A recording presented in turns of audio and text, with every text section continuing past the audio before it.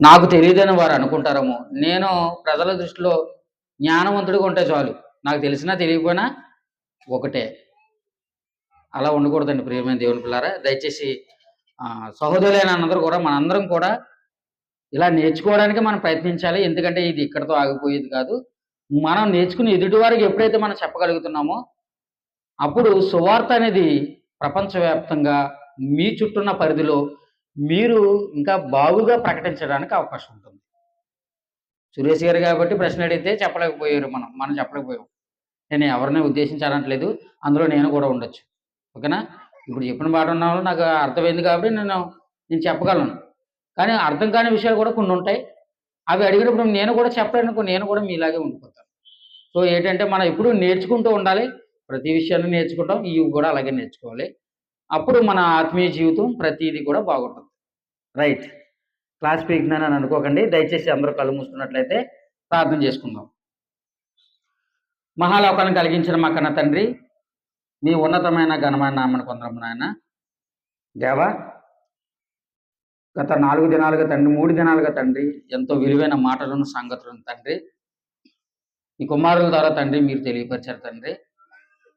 ఈరోజు చివరి దినం తండ్రి, మొదటి తరగతి తండ్రి ముగింపబడింది.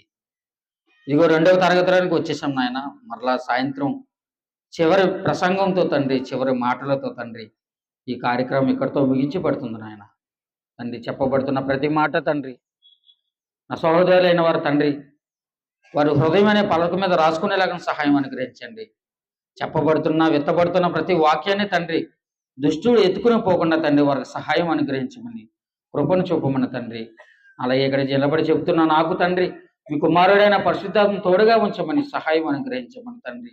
ఈ కార్యక్రమం తండ్రి ఆదించేంత వరకు నాయన మిమ్మల్ని మహిమపరిచే విధంగా ఉండగలుగుటకు తండ్రి, ఇక్కడ చెబుతున్న నేను కనిపించకుండా తండ్రి మీరే మహిమ ఘనత పొందుకునేలాగా తండ్రి నాకు సహాయం అనుగ్రహించమని, కృపను చూపమని తండ్రి. ఈ ప్రార్థన మీ కుమారుడు మా రక్షకుడైన యేసుక్రీస్తు వారి నామమున అడిగి వేడుకుంటున్నాను పరమ తండ్రి.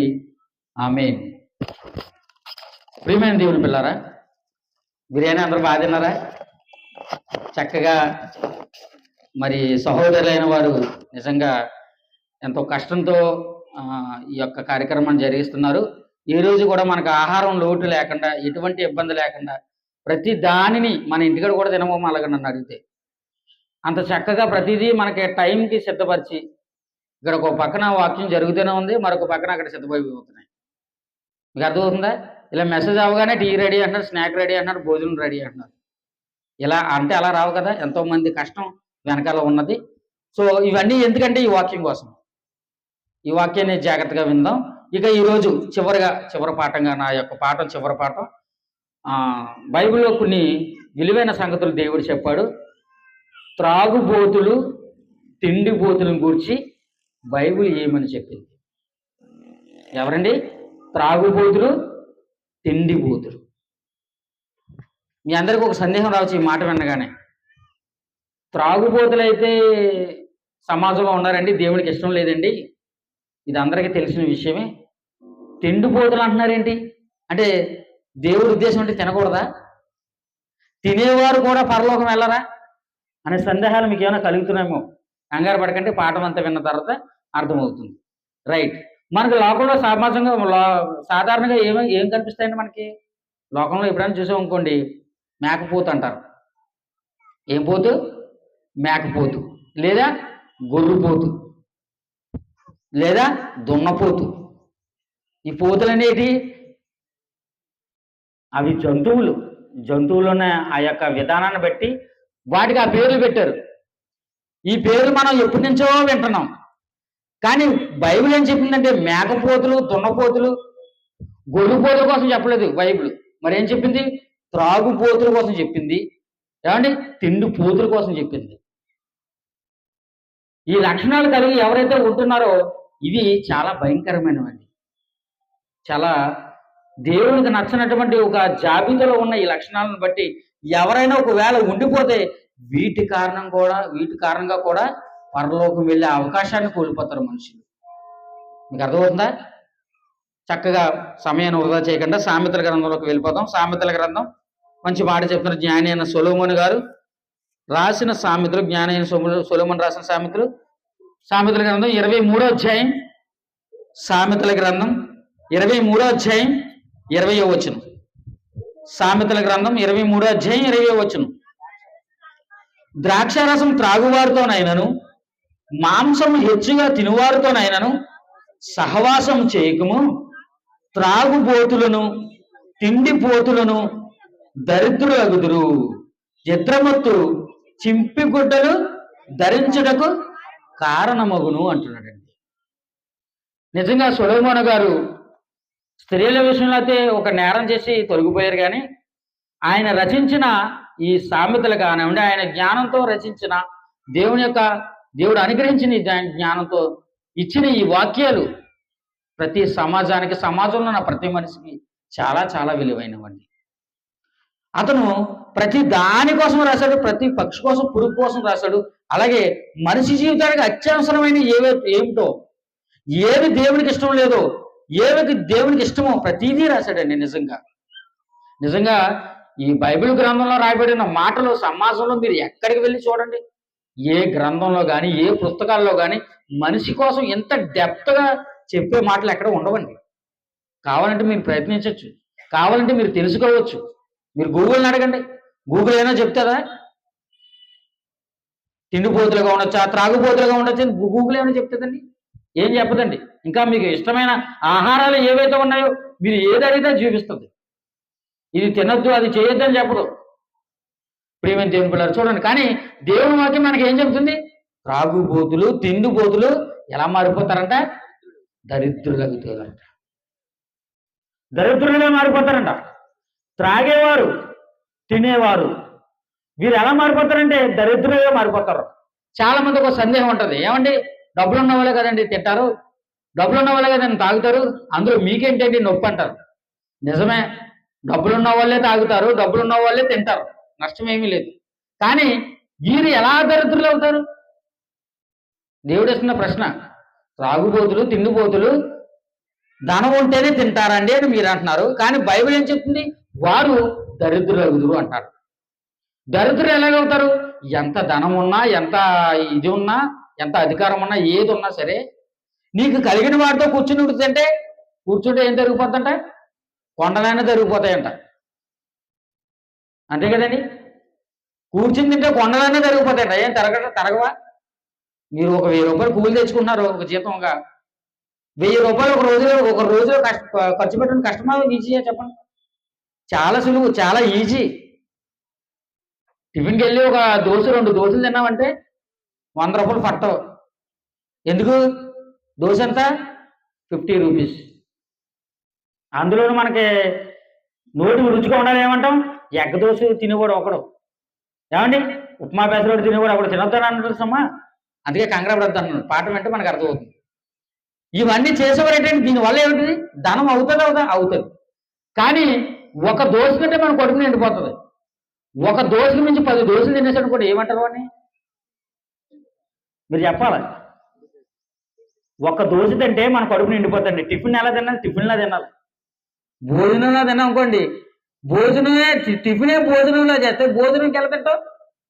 అది ఇది కలిపి 2 ప్లేట్లు తినేస్తాం అన్నమాట. మీకు అర్థమవుతుందా? సో తిండిపోతున్నాం అంటే ఎలా వస్తుందంటే, అలాగ మనం తింటూ ఉంటుంటే ఎవడో ఊరకనే పెట్టాడు కదా. నీ 1000 రూపాయలు అయిపోవాలంటే 10 దోశలు అంటే 500 రూపాయలు పొద్దున్న టిఫిన్కి అయిపోయాయి. మధ్యాహ్నం పోతుంది అయ్యగారు 2 బిర్యానీలు చేస్తే ఏమవుతుంది? 1000 రూపాయలు పోయి ఇంకా లాస్ ఎంత ఉంటుంది? నైట్కి మిగలాల. నైట్కి భోజనం డబ్బులు ఉండవు. ఇలాగా మీరు చేసుకుంటూ పోతే మీరు ఏమైపోతారు? దరిద్రులైపోతారు. అలాగే నీకు ఏమైనా మంచివి అంటే మంచివి కాదండి. ఎందుకని దేవుడు ఎందుకు చెప్పినంటే త్రాగుబోతులు తిండిపోతులు ఎందుకు అంటానంటే, తగిన దానికంటే ఎక్కువ ఎవరైతే తింటున్నారో, తినవలసిన దానికన్నా ఎక్కువ ఎవరైతే సేవిస్తున్నారో, తాగవలసిన దానికన్నా ఎవరు ఎక్కువైతే సేవిస్తున్నారో వారిని గురించి మాట్లాడుతున్నారు. అంటే ఎక్సెస్ అన్నమాట.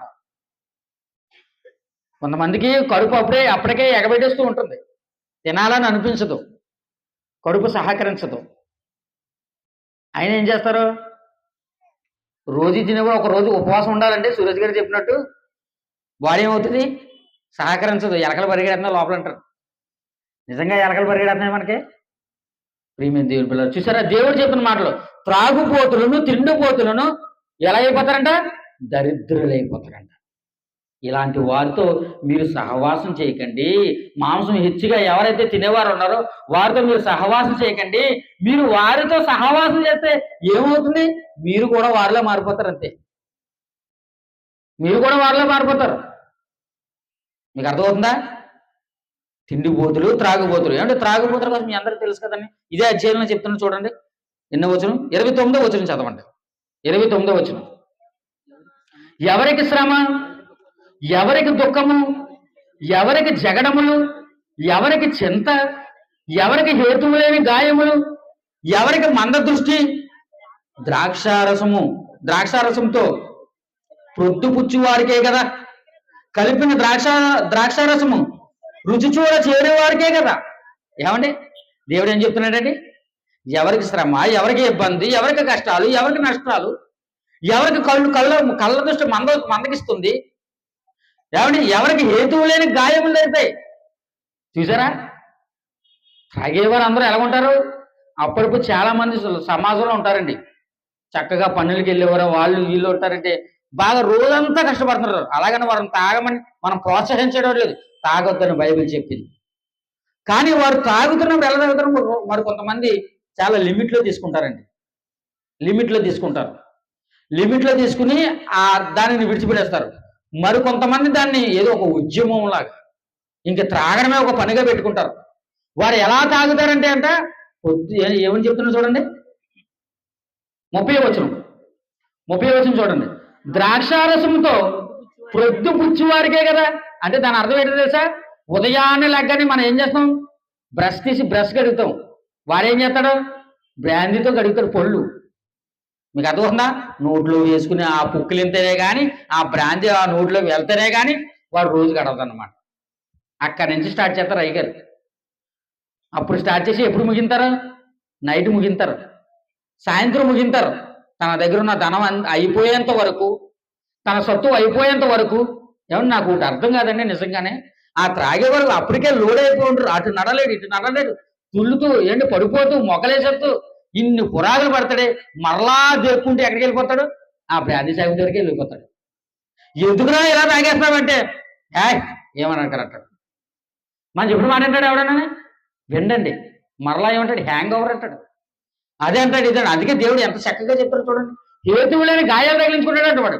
ఒక్కొక్కసారి వాళ్ళని చూస్తుంటే వాడే వేసుకుంటాడు. లేదంటే గోను గుద్దేస్తాడు, లేదంటే బరకాలు గుద్దేస్తాడు, లేదంటే ఇంటి తలుపులు గుద్దేస్తాడు. వాడే గాయములు చేసుకుంటాడు. ఇంకా ఎవరికి మంద దృష్టి? ద్రాక్షారసంతో 32వ వచనం చదవండి అమ్మా. పిమ్మట అది సర్పం వలె కరచును, కట్ల పాము వలె కాటు వేయును, విపరీతమైన నీ కన్నులకు కనబడను, నీవు వెర్రి మాటలు పలుకుదువు, నీవు నడి సముద్రమున పండుకుని వానవలే ఉందువు, వాడకు ఈ చివరను పండుకుని వలే ఉందువు అంటున్నాడు చూడండి. ఈ త్రాగిన వారు త్రాగుబోతులుగా మారిపోయిన వారు ఎలా చివరికి మారిపోతారంటే వారు ఎలా ఉండిపోతారంట? ఒక సర్పం వలె కరుస్తుందంట, అది కట్ల పాములే కాటు వేస్తుందంట, అది విపరీతమైనవి నీ కన్నులకు కనబడతాయంట. ఎందుకంటే మంద దృష్టి వచ్చింది కదా. నీ కన్నులతో ఏం చూస్తున్నావో ఏం చేస్తున్నావో నీకేమీ తెలీదు. అలా కనబడుతుంటే నువ్వు వెర్రి మాటలు మాట్లాడుతూ అంటున్నాడు చూడండి. వెర్రి మాటలు అంటే త్రాగిన తర్వాత వాడికి ఎలా ఉంటుంది? మామూలుగా ఉండదు. ఆ మధ్యకాలంలో చాలామంది న్యూస్లో వచ్చాయి. చాలామంది అనే మాట ఏంటి? ధైర్యం కోసం మందు తాగాలండి అంటాడు. ఎవరితోనా మాట్లాడాలన్నా, ఎవరితోనా గొడవ పెట్టుకోవాలన్నా, ఎక్కడికైనా వెళ్ళాలన్నా ముందు ఏం కావాలంటే వాళ్ళకి ధైర్యం కావాలంటే ధైర్యం కావాలంటే ఏముండాలి? లోపల ద్రాక్షారసం పడాలట. ఈ ద్రాక్షారసం ఎప్పుడైతే లోపల పడ్డదో ఏమొచ్చేస్తాయి? వెర్రి మాటలు వచ్చేస్తాయి. నువ్వెంత, నేనంత, అదెంత, ఇదెంత, వాడెవడు, ఈడెవడు, చూసుకుందాంరా, తేల్చేద్దాంరా అంటాడు. ముందు అయిపోయిన తర్వాత నేను అన్నానా అలాగే మీతో తెలియకనేసానమ్మా, నాకు తెలదు కదా, మరి ఏదో మందులో ఉన్నాను అంతే. కానీ మందులో ఉన్నప్పుడు ఏమంటాడు? వెర్రి మాటలు. వారి ముందు సీఎం అయినా సరే బలదూరే, ఇంకా అమెరికా ప్రెసిడెంట్ అయినా సరే లెక్క చేయడం అన్నమాట అంతా. ఆ మధ్యకాలంలో తాగేసినాడు ఏం చేశాడు? ఆ కట్లపాముని త్రాసుపాము చేతిలో పెట్టుకున్నాడు. చేతిలో పెట్టుకుని అలా ఆడిస్తున్నాడు. జనాలందరూ అలా చూస్తారు. ఎందుకు? వెర్రి మాటలు తెలియదు కదా, అతనికి ఏం తెలియదు. వెర్రిగా ఉంటాడు. అతనికి ఏం జరుగుతుందో, అతని యొక్క పరిస్థితి ఏంటో ఏమీ తెలియదు. అదే చెప్తున్నా చూడు కింద. నీవు వెర్రి మాటలు మాట్లాడుతూ నీవు నడి సముద్రమున పండుకుని వాళ్ళ వలె ఉందువు. అతను పడుకునేటప్పుడు ఎలా ఉంటాడంట? నడి సముద్రాన్ని ఎవరైతే పడుకున్నాడో అలా ఉంటాడంట. కానీ వీడు ఎక్కడ పడుకుంటాడు? ఆ డ్రైనేజీలో పడుకుంటాడు, ఆ రోడ్డు మీద పడుకుంటాడు, ఆ తుప్పల్లో పడిపోతాడు, ఏమండి ఆ కాలువలో పడిపోతాడు. నడి సముద్రాన్ని పండుకుని వాళ్ళ వలె ఉంది అంటే దాని అర్థం ఏంటంటే నడి సముద్రంలో పడుకున్నవాడికి ఎప్పుడైనా ప్రమాదం ఉంటుందా? ఇప్పటికైనా ప్రమాదమే. నువ్వు రోడ్డు మీద అలా పడిపోతే ఈ లారీ ఎక్కెత్తది, చచ్చిపోతావు. నువ్వు డ్రైనేజీలో అలా ఉండిపోతే ఆ నీరంతా నీ లోపలికి వెళ్ళిపోతే చనిపోతావు. ఫుల్లుగా తాగేసి అలాగే ఉండిపోతే ఆ ద్రాక్షారసం ఎవరైతే తాగుతున్నారో వారికి దాహం విపరీతంగా వేస్తుందండి. ఎందుకంటే అది లోపల మంట పుట్టిస్తుంది, దాహం వేస్తుంది. ఆ దాహం వేసినప్పుడు కనీసం గుక్కు నీళ్ళిచ్చేవాడే నీకు దగ్గర లేకపోతే నీ ప్రాణమే పోతుంది. తెలుసా? అలా చాలా మంది చచ్చిపోయారు. చాలా మంది ఎవరైనా చనిపోయారు అనుకోండి, వారి కోసం ఏడ్చే వాళ్ళు ఎక్కువ, ఇక్కడ తాగేవాళ్ళు ఎక్కువ. మీకు అర్థమవుతుందా? అక్కడేమో వాళ్ళంతా కూడా కుటుంబ సభ్యులంతా అక్కడ ఏడుతుంటారు. ఇక్కడ మాత్రం సన్నాహాలు ఏం చేస్తుంటారు? ఒరే సారా ఉందా లేదా, ఉందా లేదా, లీటర్ సరిపోతా, 2 లీటర్ సరిపోతుందా, 5 లీటర్ సరిపోతుంది. ఎందుకు జనం మన వాళ్ళందరూ మన ఫ్రెండ్స్ అందరూ ఎక్కువ ఉన్నారు కదా, మీరైతే సారా తాగుతారు. మాకేంటి, మేము అందరూ ఎవడొస్తున్నారు కదా, మాకు బ్రాందీ ఎవడు తెస్తాడు, మీరెవడు తెస్తాడు? ముందు కోసం దెబ్బలాడుకుంటారండి అక్కడ. మొత్తం మీద శవాన్ని తీసుకెళ్తారు, కప్పెడతారు. ఎప్పుడెప్పుడు కప్పెడతా అమ్మ, ఎప్పుడెప్పుడు నోట్లోకి దాన్ని వేసేస్తామన్నంత అంత కంగారుగానే ఉంటారండి. మొత్తం మీద తాగేస్తారు. అందులో ఒక్కొక్కడు బాగా వేర తాగుబోతుంటాడు. ఈ తాగుబోతు ఏం చేస్తాడు? ఫుల్గా తాగేస్తాడు. అతను కానీ ఎవరైనా పట్టించుకోకపోతే చనిపోతారు. అలాగే ఇప్పుడు మా ఊరికి చాలా మంది ఎందుకు చనిపోయారంటే తాగిన వెంటనే వాళ్ళకి దాహం వేసిన కనీసం నీళ్ళు ఇవ్వడానికి ఎవరు ఉండరు. నీళ్ళు ఇవ్వకపోతే ఆ మనిషి ఏమైపోతాడు? చచ్చిపోతాడు. ప్రియమైన దేవుడు ఇచ్చిన దేహాన్ని ఎలా వినియోగిస్తున్నారో చూడండి. అదే చెప్తున్నాను చూడండి కిందకి. ఇంకా 35వ వచనం.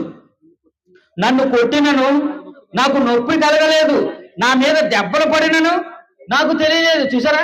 తాగుబోతుల కోసం పెద్ద లిస్ట్ ఇచ్చాడండి దేవుడు. ఎంత చక్కగా చెప్పాడండి. దేవుడు చెప్పినట్టు సమాజంలో మీకు కనబడుతున్నారు లేదా? కనబడుతున్నారు కదా. ఇంత క్లారిటీగా, ఇంత స్పష్టంగా దేవుడు ఎలా చెప్తున్నాడు చూడండి. వాడిని కొట్టిన వాడికి తెలుస్తుందా? తెలియదు. ఇలా దోచేస్తే అలా పడిపోతాడు, అలా దోచేస్తే అటు పడిపోతాడు. ఏం దోచైనా ఏం తెలదు వాడికి. ఏం దెబ్బలు తెలవు, నొప్పులు తెలవు. మొత్తం దిగిపోతారో తెలుస్తుంది. నా మీద దెబ్బలు పడి నాకు తెలియలేదు, నేను ఎప్పుడు నిద్ర మేలుకుందును మరలా దాన్ని వెతుకుతానని నీవు అనుకుంది. చూసావా? ఎప్పుడైతే ఫుల్గా తాగేస్తాడో నిద్ర వచ్చేస్తుంది. అప్పుడు మొత్తం మీద కుటుంబ సభ్యులు మంచి వాళ్ళైతే ఇంటికి తీసుకెళ్తారు, ఆ మంచం మీద పడేస్తారు, శుభ్రంగా పడుకుంటాడు. మధ్యలో ఎప్పుడు వస్తుందండి అర్ధరాత్రి మెలకువ. ఇంకా అప్పటి నుంచి దెయ్యంలో తిరుగుతాడు నిద్రపోవడం. ఎందుకంటే మొత్తం దిగిపోయింది కదా. ఈ నిద్రపోవాలంటే మరలా ఏం పడాలి? అతనికి మధ్యమే కావాలంటే. అదే అంటాడు, నేను ఎప్పుడు మేలుకుందును మరలా దాన్ని ఎప్పుడు వెతుకుదును అన్నాడు. చూడండి, ఇంక ఇదేనా పని? దేవుడు తనకి జీవితాన్ని ఇచ్చింది ఎందుకేనా? ప్రియమైన దేవుని పిల్లలు, చాలా మంది ఇటువంటి ఆలోచన కలిగి ఉండిపోయి, ఇటువంటి మనస్తత్వం కలిగి ఉండిపోయి, ఇటువంటి చెడు అలవాట్లు కలిగి ఉండిపోయి తమ జీవితాలను, తమ కుటుంబాలను నాశనం చేస్తున్నారండి. ఎందుకు ఉపయోగపడతారో చెప్పండి అలాంటి వారు? ఆ త్రాగుబోతులుగా ఉన్నవారి వల్ల కుటుంబానికి ఎటువంటి ఉపయోగం చెప్పండి? సమాజానికి ఏమైనా ఉపయోగం ఉందా? కుటుంబానికి ఉపయోగం ఉందా? పిల్లలకు ఉపయోగం ఉందా? బంధువులకు ఉపయోగం? ఎవరికి ఉపయోగం? దేవుడికి కూడా ఉపయోగం లేదు. ఎవరికి ఉపయోగం లేకుండా ఆ వ్యక్తి మారిపోతాడండి. ఆ వ్యక్తి మారిపోతుంది. అదే దానివల్ల ఏమైనా మనకు ఉపయోగం ఉందా? మన ఆరోగ్యం క్షీణించిపోతుంది. చెప్పాడు కదా దేవుడు, కళ్ళు మందగిస్తాయంట, ఎక్కడ లేని గ్యాస్ట్రిక్లు అన్నీ వస్తాయంట, లివర్ పాడైపోతుంది, కిడ్నీలు పాడైపోతున్నాయి, లోనున్న అవయవాలన్నీ కూడా మద్యపానం వల్ల ఏమవుతున్నాయండి? పాడైపోతున్నాయి. కానీ ఈ యొక్క ప్రభుత్వాలకి, మన దేశవ్యాప్తంగా ఉన్న ప్రభుత్వాలకి ఏమైనా జ్ఞానం ఉందండి? ఈ మధ్యకాలంలో మొన్న 2 రోజుల క్రితం సంక్రాంతి ఈ యొక్క కార్యక్రమం జరుగుతుందని, మరి మద్యం ప్రియులు మద్యం ఎక్కువగా తాగుతారని, మనకు మరింత సొమ్ము రావాలని ఏం చేశారు తెలుసా? రేట్లు పెంచేశారంట. మద్యం ప్రియులకి షాక్, భారీగా పెరిగిన ధరలు. పెరగకపోయినా ఏం చేసినా వాళ్ళు తాగేస్తారు. ఎందుకంటే తాగుబోతులే కదా సమాజంలో ఎక్కువగా ఉన్నారు చాలా మంది. ఇటువంటి వారిగా, ఇటువంటి లక్షణాలు కలిగిన వారుగా మనం ఉండకూడదు అన్నదే దేవుడు చెప్తున్నాడు. ఇప్పుడు త్రాగుబోతుల కోసం అయిపోతుంది, ఇప్పుడు తిండిపోతుల కోసం మనం మాట్లాడదాం. ఇది కూడా చాలా ప్రమాదకరమైనది. ఇంతకుముందు మనం మాట్లాడుకున్నట్టుగా తగిన దానికన్నా ఎక్కువ తీసుకోవడం, ఎక్సెస్ తీసుకోవడం చాలా ప్రమాదకరం. ఇంతకుముందు ఒక టీవీలో ఒక యాడ్ వచ్చిందండి, ఆహారం అంటే వాడు ఏం చేస్తారంటే ఒక టీవీ ప్రోగ్రామ్ చూస్తూ ఏంటంటారు లేస్ ప్యాకెట్లు ఏమి ఉంటాయి కదండి, చిప్స్, అవి ఇవి తెచ్చుకుని డ్రింక్ బాటిల్ అన్నీ తెచ్చుకుని ఆ టేబుల్ మీద పెట్టుకుంటాడు. పెట్టుకుని మొత్తం అలాగా ప్యాకెట్ మీద ప్యాకెట్, ప్యాకెట్ మీద ప్యాకెట్, ప్యాకెట్ మీద ప్యాకెట్, అలాగ ఒక 30 ప్యాకెట్లు 20 ప్యాకెట్లు తినేస్తాడండి. తినేసి లాస్ట్ అయిపోతాడు సార్, దడేయమని వెనక పడిపోతాడు. అప్పుడు యాడ్ క్యాప్షన్ అనమాట కింద, ఆహారం మితంగా తింటే ఔషధం, అతిగా తింటే ప్రమాదం లేదా విషం. అంటే ఆ యాడ్ ద్వారా నువ్వు ఏం నేర్చుకోవాలి, ఒరే బాబు నువ్వు తగిన దానికని ఎంత తినాలో అంతే తినమన్నాడు, అంతే తినమన్నాడు. ప్రేమేం తినమన్నాడు. చూద్దాం మంచి మాట బైబిల్లో ఇంకా విలువైన వచనాలు చూద్దాం. ద్వితీయోపదేశ కాండము మంచి సందర్భం. ద్వితీయోపదేశ కాండం 21వ అధ్యాయం. ద్వితీయోపదేశ కాండం 21వ అధ్యాయం 18వ వచనం. ద్వితీయోపదేశ కాండం 21వ అధ్యాయం 18వ వచనం. ఒకని కుమారుడు మొండివాడై తిరుగుబడి తండ్రి మాట గాని తల్లి మాట గాని వెనకయుండి వారు అతన్ని శిక్షించిన తరువాతయు అతడు వారికి విధేయుడు కాకపోయినా ఎడలా అతని తల్లిదండ్రులు అతన్ని పట్టుకుని ఊరి గమని యొక్క కూర్చుంటే పెద్దల యొద్దకు అతన్ని తీసుకుని వచ్చి, మా కుమారుడైన వీడు మొండివాడే తిరగబడి ఉన్నాడు, మా మాట వెనక తిండిపోతును త్రాగుబోతును ఆయనని ఊరు పెద్దలతో చెప్పవలను. అప్పుడు ఊరు ప్రజలందరూ రాళ్లతో అతన్ని చావగొట్టవలను. అట్లు ఆ చెడితనమును నీ మధ్య నుండి పరిహరించదువు. అప్పుడు ఇశ్రాయేలు అందరూ విని భయపడెదురు అంటున్నాడు. చూడండి, దేవుడు ప్రారంభ కాలంలోనే ఇశ్రాయేలుకు ఒక ఆజ్ఞ ఇస్తున్నాడు. ఇశ్రాయేలు ఎలా నడుచుకోవాలి, ఎలా ప్రవర్తించాలి, వేరొక దేశానికి వారిని స్వాధీనపరుచుకున్న తర్వాత అందులో ఎలా నివసించాలి, ఎలా నివసిస్తే ఎలాంటి ఆజ్ఞలు పాటిస్తే నాకు ఇష్టమైన కుమారులుగా ఉంటారని దేవుడు ముందుగా ఇశ్రాయేలుకు కొన్ని ఆజ్ఞలు చెప్తున్నాడు. ఆ ఆజ్ఞలో ఒకానొక ఆజ్ఞ ఏంటి, ఇదిగో ఎవరైనా ఒక కుమారుడు ఉంటే, ఒక ఇంటిలో ఎవరైనా ఒక కుమారుడు ఉంటే వాడు మొండివాడేంటి, తల్లిదండ్రుల మాట వెనక, తల్లి మాట వెనక, ఎవరిని ఏమీ పట్టించుకోక ఊరి మీద తిరుగుతూ ఇష్టానుసారంగా బ్రతుకుతూ తిండిబోతుగా మారిపోయి త్రాగుబోతుగా మారిపోయిన వారలా వాణ్ణి ఊరి పెద్దల వద్దకు తీసుకురావాలి. మీరు ఊరి పెద్దల వద్దకు తీసుకొచ్చి వారితో, అయ్యా ఇదిగో మా కుమారుడు వీడు తిండిపోతూ తాగుబోతుగా ఉండి మాకు ఎవరికి పనికి రాకుండా మమ్మల్ని ముందువాడిగా తయారైపోయి ఇతను అని చెప్పినప్పుడు ప్రజలందరూ ఏం చేయాలంట, రాళ్ళు ఇచ్చి కొట్టేయాలన్నాడండి. రాళ్ళు తీసి కొట్టేసి చంపేమన్నాడండి. ఏంటండి, ఇది త్రాగుబోతు తిండిపోతులకి ఎంత ప్రమాదమా? ఆ ప్రమాదం. ఎందుకంటే దేవుడు దాని కింద ఏమని చెప్పాడు, ఇట్లు చెడుతనమును ఆ మధ్య నుంచి మీరు పోగొట్టాలని. అంతే, సమాజంలో ఎలాంటి వారు ఉండకూడదని దేవుడి కోరిక. త్రాగుబోతులు తిండిపోతులు ఉండకూడదని, త్రాగుబోతులు తిండిపోతులు ఉండకూడదని. తినేవారు చక్కగా తినాలి, మంచిగా తినడానికి దేవుడు వీటన్నిటిని మనకి ఇచ్చాడు. కానీ ఓవర్గా తినడం వల్ల ఇటువంటి ప్రమాదాలు వస్తుంది. కాబట్టి ఈ చెడుతనం ఎలాంటిదంటే ఒకరిని చూసి ఒకటి పాడైపోతాడు. అందుకని ఈ చెడుతనం పోగొట్టాలంటే ముందు వాడిని ఊరు ప్రజలందరూ ముందు చావగొట్టండి. అప్పుడు అతన్ని చూసిన వారందరూ వాడిలాగా మనం ఉండకూడదు, వాళ్ళలాగా మనం తినకూడదు, వాళ్ళలాగా మనం ఎక్కువగా త్రాగకూడదు అనే ఉద్దేశం వారికి వస్తుందని అటువంటి కార్యక్రమం జరిగించమన్నాడు. మన అందరూ కూడా చాలా అదృష్టవంతులు. దేవుని వాక్యాన్ని బట్టి చూస్తే మన అందరం కూడా చాలా అదృష్టవంతులు. ఎందుకు అదృష్టవంతులు? మన ఇశ్రాయేలు ఆజ్ఞలు పాటించట్లేదు కాబట్టి, ఆ ఆజ్ఞల కింద మనం ఇంకా లేవు కాబట్టి. నిజంగా ఒకవేళ ఆ ఆజ్ఞల కింద ఇంకా మనం ఉండుంటే మనల్ని అందరూ ఈ పాటికి ఏం చేద్దరు, రాళ్ళు ఇచ్చి కొట్టేద్దరు. మనం మీకు అర్థమవుతుందా?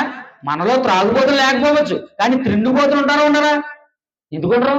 ఏదో ఒకటి మన నాలుగు రుచిగా ఉంటే ఏముంటది, ఆటోమేటిక్గా వెళ్ళిపోతుంది. అంతే, దాంట్లో నాన్ స్టాప్ ఉండదు, వెళ్ళిపోతమే ఉంటది. ఆ ఆజ్ఞ ఉంటే ఒకవేళ ఉంటే మన అందరం రాళ్ళించి కొడేతమే, ఇంకేమీ లేదు. ఇంకా దేవుని దయ వల్ల, యేసుక్రీస్తు వారి దయ వల్ల మనం బ్రతికిపోయాం, మనం రక్షింపబడ్డాం. ప్రేమైన దేవుని పిల్లలు చూసారా, దేవుడు ఇచ్చిన కఠినమైన ఆజ్ఞ. ఇలాంటి మాటలు ఉన్నప్పుడు, ఇలాంటి పరిస్థితులు ఎదురవుతున్నప్పుడు మనం ఆహార విషయంలో జాగ్రత్త తీసుకోవాలండి. ఇదే సామెతల గ్రంథంలో మరొక విషయాన్ని చెప్తున్నాను చూడండి. 23వ అధ్యాయం, సామెతల గ్రంథం 23వ అధ్యాయం సామెతల గ్రంథం 23వ అధ్యాయం 2వ వచనం, 1వ వచనం చదవండి. మొదటి వచనం నుంచి.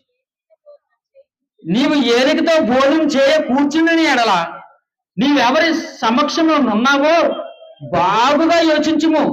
నీవు తిందుబోతువైన ఎడల నీ గొంతుకకు కత్తి పెట్టుకునుము అంటున్నాడు. చూడండి, మీకు అర్థమవుతుందా? దేవుడు ఏం చెప్తున్నాడు? నీవు ఏలికతో భోజనం చేయ కూర్చుని ఎలా నీవెవరి పక్షంలో ఉన్నావో బాగా యోచించుకో. చాలా మంది బయటికి ఎక్కడికైనా వెళ్తున్నప్పుడు, ఎవరి దగ్గరికి కానీ ఎవరి ఇంట్లోకైనా వెళ్తున్నప్పుడు, లేదా సమాజంలో ఎక్కడికైనా వెళ్తున్నప్పుడు అప్పుడప్పుడు చాలా మంది భోజనం చేయమని చెప్తూ ఉంటారు. వచ్చినందుకు ఏమంటారు? నేను భోజనం చేయండి, భోజనం చేయకండి వెళ్ళకండి అంటారు. నిజంగా భోజనం చేయండి, నేను చేయొద్దు అంటలేదు. కానీ కొంతమంది మనుషుల దగ్గర, కొన్ని కుటుంబాల దగ్గర, కొన్ని పరిస్థితుల్లో నిజానికి వారు తినడానికి తిండి ఉంటుందండి. నిజానికి వారు తినడానికి తిండి ఉండదు. కానీ వారు అనకపోతే బాగుండదని, మీకు మర్యాద చేయకపోతే బాగుండదని ఏం చెప్తారు? కొద్దిగా తినేసి వెళ్ళండి అంటారు. మీరు భోజనం చేయకపోతే అసలు ఊరుకునేది లేదు, తినేసి వెళ్ళండదు. వారి పరిస్థితి ఏంటో నీకు తెలుసు, వారి పరిస్థితి నీకు తెలుసు, తెలిసి నువ్వు వెళ్ళవు. వారు భోజనం చేయమన్నప్పుడు నువ్వు తిండిపోతావని నువ్వేమంటావు? అబ్బా భలే అన్నారండి బాబు, మంచిగా ఆకలేసేది, పెట్టిన తొందరగా అంటావు. నీకు అర్థమవుతుందా? నీ తిండిపోతుందనం వల్ల ఎవరు నష్టపోతారు? అక్కడ నీకు వారు పెట్టేస్తారు, పెట్టకుండా ఉండదు, పెట్టేస్తారు. కానీ వారికి ఆ రోజు ఆహారం ఉండదు. చాలా ఇళ్లలో, చాలా ప్రదేశాల్లో జరిగే పరిస్థితి ఇదే. మనం వాటన్నిటిని గమనించుకోవాలి. దేవుడు వాక్యం ప్రతి మనిషిని ఒక మంచి ఉన్నతమైన వ్యక్తిగా సమాజంలో నిలబడుతుందండి. ఎక్కడ ఎలా నడుచుకోవాలి, ఎలా ప్రవర్తించాలి అన్నిటినీ చెప్పిందండి బైబిల్. ఇది చదవడం మానేసి ఏదేదో చేస్తాం మనం ఎక్కడికి వెళ్ళినాము, ఎక్కడికి బయటకు వెళ్తున్నప్పుడు జాగ్రత్త వహించండి. నేను తినొద్దని చెప్పట్లేదు. వెళ్తున్నప్పుడు వారి యొక్క ఆర్థిక పరిస్థితులు మీరు చూడండి, వారు తినడానికి ఉందా లేదా నిజంగా వారు తెలుసుకోండి. అప్పుడు ఏదో మరి చెప్పి మీరు తప్పించుకోవాలి. ఎందుకంటే మీరు తినకపోవడం వల్ల వారు ఆహారం తింటారు. లేదంటే మీరు తినేస్తే ఏమవుతుంది? వారు పస్తులు ఉంటారండి, పస్తులు ఉంటారు. అందుకే ఎక్కడికి వెళ్ళినా మనం జాగ్రత్త వహించాలి. నిజంగా వారికి ఉందంటావా లేదంటావా, వారి ఆర్థిక పరిస్థితి ఏంటి, వారి యొక్క స్థితిగతులు ఏంటి, ఇవన్నీ ఆలోచించుకుని ఉండాలి. అందుకే నీవు తిండిపోతువైన ఏడాలి ఏం పెట్టుకోమన్నాడు? నీ గొంతుకకు కత్తి పెట్టుకోమన్నాడు. కత్తి పెట్టుకోమంటే గొంతులో కత్తి గుచ్చేసుకోమని కాదు. ఏం చేయమని? కంట్రోల్ చేయమని. కంట్రోల్. కత్తి అంటే దాన్ని అర్థం పెట్టి కట్ చేస్తుంది కదా. నీ ఆహారాన్ని, నీ ఆహారపు ఏదంటే ఆ కోరికని మీరు ఏం చేయాలి? కట్ చేయండి, అలవాటు చేసుకోండి. నీ గొంతుకు కత్తి పెట్టుకోండి. కానీ మనకు సమాజంలో ఏం కనబడుతుందండి? బైబిల్ ఎలా చెబుతుంది? నేనున్న సమాజంలో మనం చూసామంతండి, మన ఉభయ గోదావరి జిల్లాలో ఏ సెంటర్లో చూడండి, ఏ ప్రదేశంలో చూడండి, ఏ రోడ్డు మీద చూడండి, కానీ ఇక్కడి నుంచి అక్కడ అడిగేస్తే అక్కడ కొట్టు, అక్కడి నుంచి అక్కడికి వేస్తే అడిగేస్తే అక్కడ కొట్టు.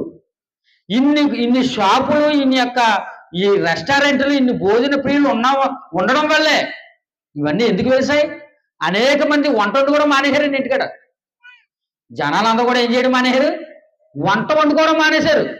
టిఫిన్ ఎవరైనా వండుకుంటారా? మీ ఇంటికాడ వండుకుంటారా? మహా అయితే ఉప్మా వండుకుంటారేమో, అది ఎవరికి తింటలేదు ఈ మధ్యలో. దాన్ని లిస్టు నుంచి తీసేశారు.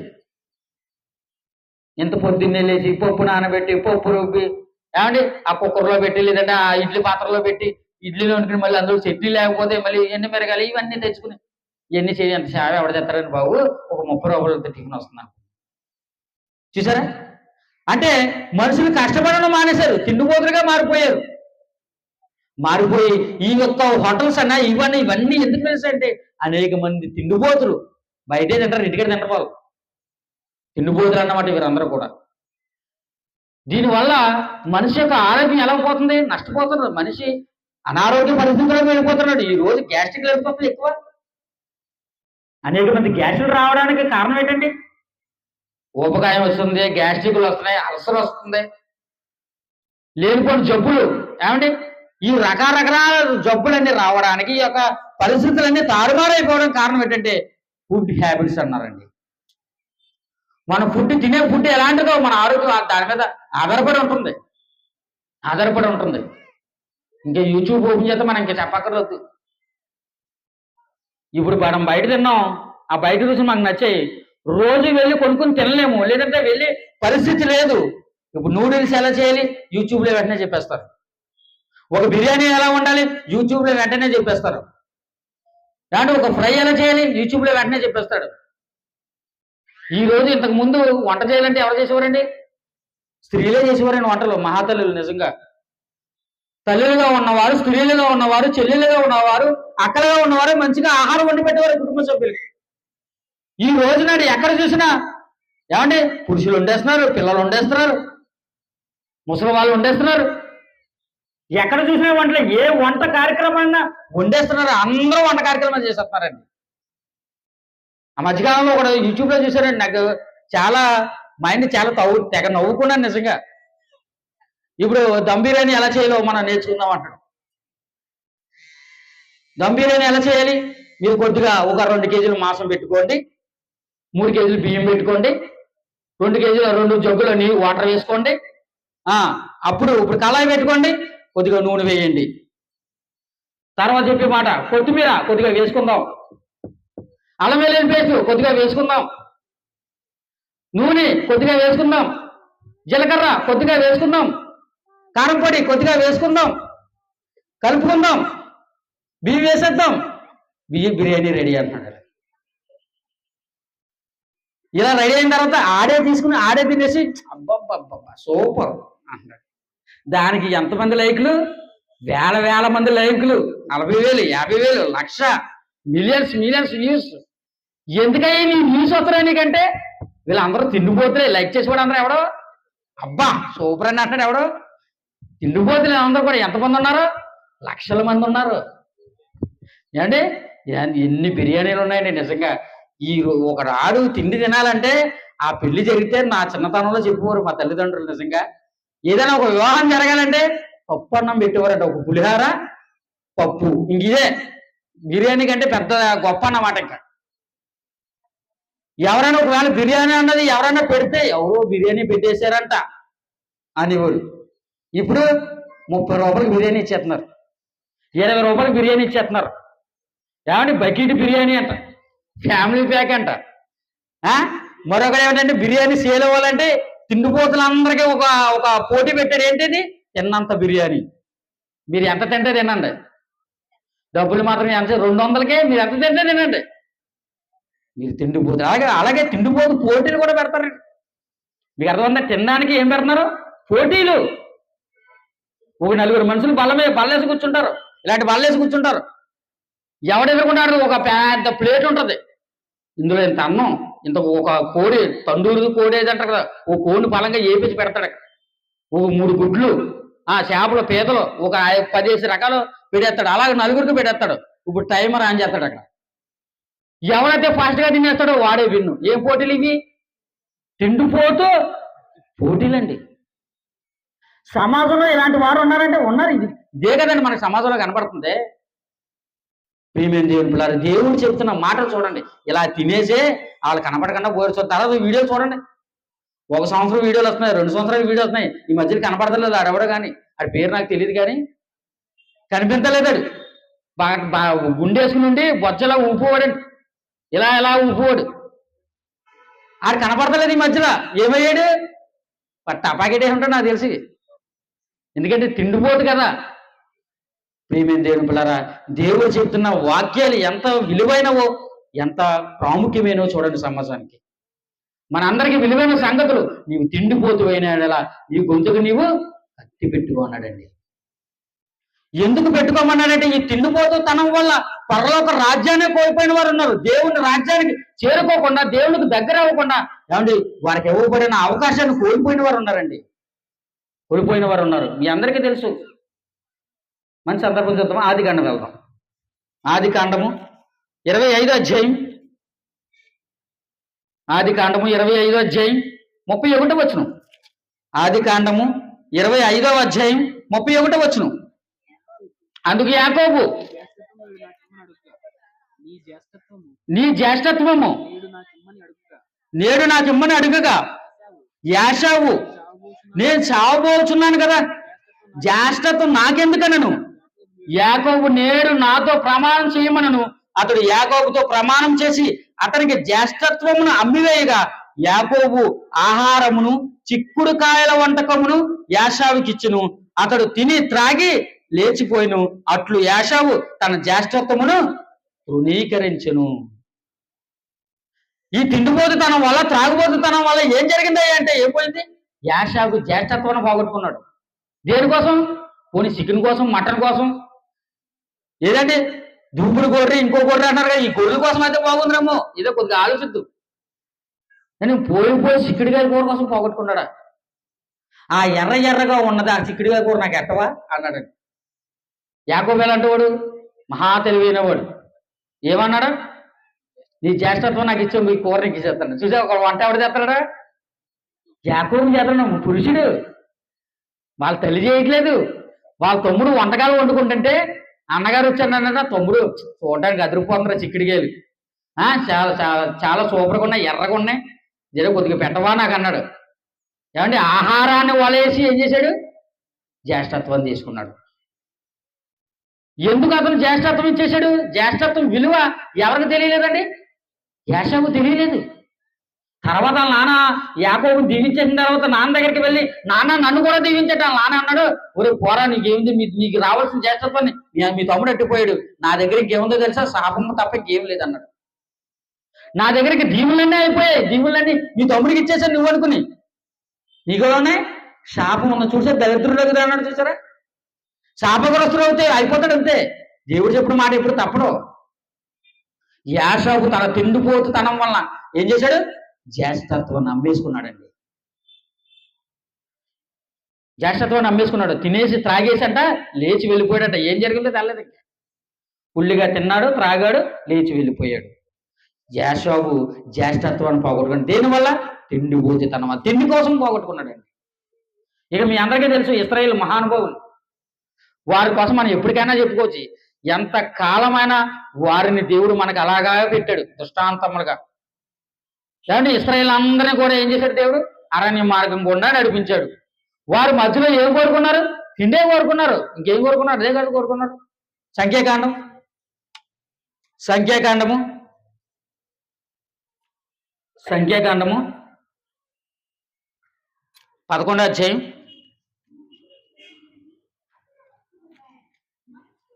11వ అధ్యాయం 4వ వచనం. సంఖ్యాకాండం 11వ అధ్యాయం 4వ వచనం. వారి మధ్యనున్న మిశ్రిత జనము మాంసాపేక్ష అధికముగా కనపరచగా ఇశ్రాయేలీయులు మరలా ఏడ్చి, మాకెవరు మాంసం పెట్టుదురు? ఐగుప్తులో మేము ఉచితముగా తినిన చేపలను, కీరకాయలను, దోసకాయలను, కూర ఆకులను, ఉల్లిపాయలను, తెల్లగడ్డలను జ్ఞాపకం వచ్చుచున్నవి.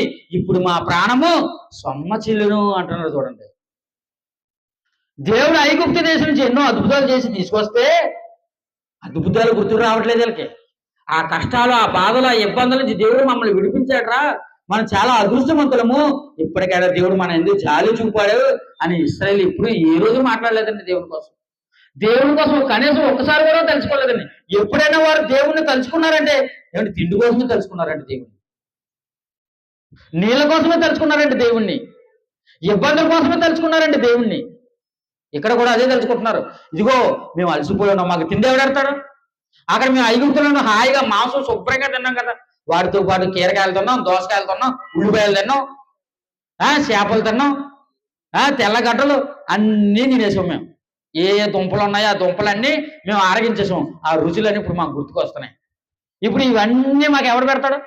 చూసారా దేవా, అక్కడి నుంచి ఆ ఇనుప కొడుకుల నుంచి మమ్మల్ని విడిపించావు దేవా, ఇక్కడి నుంచే మేము బాగుగా బ్రతకడానికి మాకు సహాయం చేసేయండి.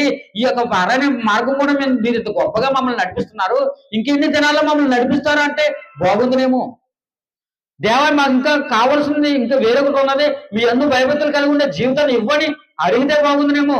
అవేం అడుగుతలేదు. ఏమడుగుతున్నారు? తిండి కోసం ఏడుతున్నారంటండి. ఏడిపే వారి బతుకుల కోసం, వారి జీవితాలు బాగుండాలని ఏ రోజు ఏడలేదండి, ఏ రోజు ఏడలేదు. మరి దేనికేసారు? తిండి కోసం ఏడ్చారు. తిండి కోసం ఏడిస్తే ఈ మాటలు మాట్లాడుకుంటున్న మాటలు మోసే విన్నాడు. మోసే విని మోసే కూడా బాధపడి వెంటనే దేవుడికి మొరపెట్టేసాడండి. ఇదిగో దేవా, ఈ ఇశ్రాయేలు జనాంగనంతా ఈ కానాను దేశాన్ని నడిపిస్తానన్నావు, ఆ వాగ్దాన భూమిని నడిపిస్తానన్నావు కదా, ఇదిగో వీరందరూ కూడా మాంసాపేక్ష చూపిస్తూ ఇదిగో నా మీద పడుతున్నారు, వీరందరూ నేను ఎత్తుకుని ఎలా లాలించాలి, వీరికి సమాధానం నేను ఎలా చెప్పాలని దేవుని వేడుకున్నప్పుడు దేవుడు సమాధానం ఇచ్చాడు. ఇదిగో వారు అన్నట్టు వారికి మాంసం పెడతాను, వారు కోరుకున్నది ఏదైతే కోరుకున్నాడు అవన్నీ నేను ఇస్తానన్నాడు. ఇస్తానంటే ప్రభు నువ్వు ఎలా ఇస్తావంటే నేను ఇస్తానన్నాడు. సరేలే, ఒక రోజు 2 రోజులు ఇస్తాడు కదా అని దేవుడు ఎవరైనా మోసే అనుకుంటున్నాడు. అప్పుడు దేవుడు అన్నాడు, ఇదిగో నువ్వు అనుకున్నాడు నేను 1 రోజు కాదు, 2 రోజులు కాదు, నెల రోజుల వరకు వారికి కావలసిన ఏదైతే మాంసం కావాలంటున్నారో, దేనికోసం అయితే ఏడుస్తున్నారో దాన్ని నేను వారికి ఇస్తానన్నాడు. ఏంటి నువ్వు ఎలాగిచ్చేస్తావు? 6 లక్షల మందికి నువ్వు ఎక్కడ పెడతావు ఇప్పుడు ఆహారం? అందులోనూ నెల రోజులు ఎలా పెడతావు దేవా? ఇప్పుడు ఏమైనా సముద్రం నుంచి ఇప్పుడు ఏమైనా నేను చేపలు తీసుకురావాలా? ఈ చుట్టూ ఉన్న ఈ అడవుల్లో ఉన్న ఈ యొక్క పశువులైనా తీసుకురావాలా? ఈ జంతువులైనా నేను ఏమైనా తీసుకురావాలని మోసే కంగారు పడిపోతున్నాడు. మోసే నువ్వేం కంగారు పడకో, నువ్వు వెళ్ళి ముందు అందులో కొంతమంది పెద్దల్ని ఏర్పరచుకునిరా, నా ఎద్దకు తీసుకునిరా, ఏం చేయలేదు నేను చెప్తాను అన్నాడు. అన్నట్టుగా నేను తీసుకొచ్చాడు, వెళ్ళాడు. వెళ్ళిన తర్వాత అప్పుడు ఒక మంచి సందర్భం జరుగుతుంది. చూడండి, మంచి సందర్భం జరుగుతుంది. 11వ అధ్యాయం 31వ వచనం. తరువాత యెహోవా సన్నిధి నుండి ఒక గాలి బయలుదేరి సముద్రము నుండి పూరేళ్లను రప్పించి పాలము చుట్టూ ఈ ప్రక్కను ఆ ప్రక్కను దిన ప్రయాణమంత దూరము వరకు భూమి మీద 2 మూరల ఎత్తున వాటిని పడవేసును. చూసారా, 2 రోజుల ఏంటి అదే కదా అంటాడు, 2 ఏంటి దిన ప్రయాణం అంత, 1 రోజు అంటాడు.